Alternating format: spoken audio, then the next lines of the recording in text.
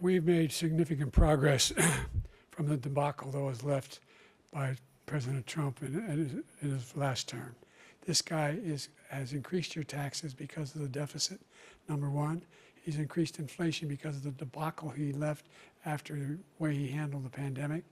Like so many politicians, this man is just a complainer. He said, we want to do this, we want to do that, we want to get rid of this tax, that tax, but he doesn't do anything. We have the Palestinians and we have everybody else rioting all over the place. You talk about Charlottesville. This is 100 times Charlottesville, 1,000 times. The whole country is exploding because of you, because they don't respect you, and they have to respect their president, and they don't respect you throughout the world. Thank you. Hello, Virginia. Did anybody last night watch a thing called The Debate? Man, that was a big one. But as you saw on television last night, we had a big victory against a man that really is looking to destroy our country. He's the worst. He's the most corrupt, the most incompetent president in the history of our country. And we have to take it back from that party. That's an evil party, despite the fact that crooked Joe Biden spent the entire week at Camp David resting, working, studying. He studied very hard. He studied so hard that he didn't know what the hell he was doing. Joe Biden's problem is not his age. It's not his anything, really. He's got no problem other than it's his competence. He's grossly incompetent. You know, they keep saying old. I know people that are much older than him that are doing unbelievable things, making a fortune. I knew a man that at 79, he was never a success, and he made $1 billion and a half from 79 to 92. And that's what it is. It's not his age, it's his competence. The question every voter should be asking themselves today is not whether Joe Biden can survive a 90-minute debate performance, but whether America can survive 4 more years of crooked Joe Biden in the White House.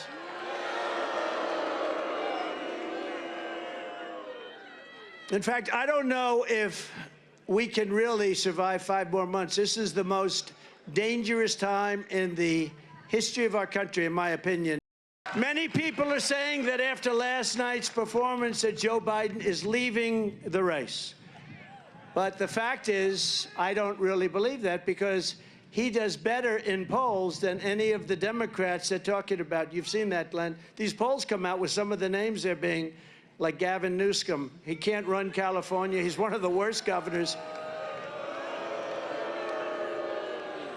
No, he's a bad governor. He can't run California. People are leaving one of the most beautiful places on earth. In terms of weather, in terms of everything else, you can't do any better than California. He's doing a terrible job. But he gets up and he says, oh, California's doing great, pa, pa, pa, pa, pa, pa, like a machine gun, pa, pa, pa, pa. But it's doing bad. People are leaving so fast, and he'd be easy. But he's got lousy poll numbers. And you take a look at some of the others. Then, of course, Kamala is somebody that will be on the scope.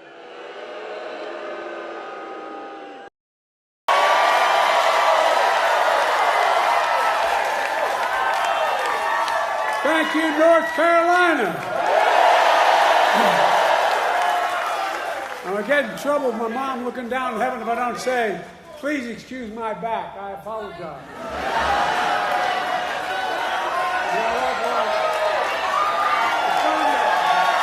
It's good knowing you have my back.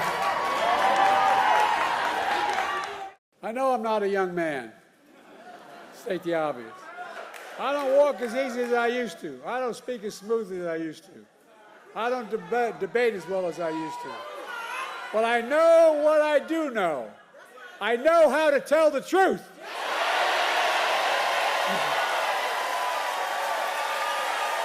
I know right from wrong. And I know how to do this job. I know how to get things done. And I know, like millions of Americans know, when you get knocked down, you get back up. The choice in this election is simple. Donald Trump will destroy our democracy. I will defend it.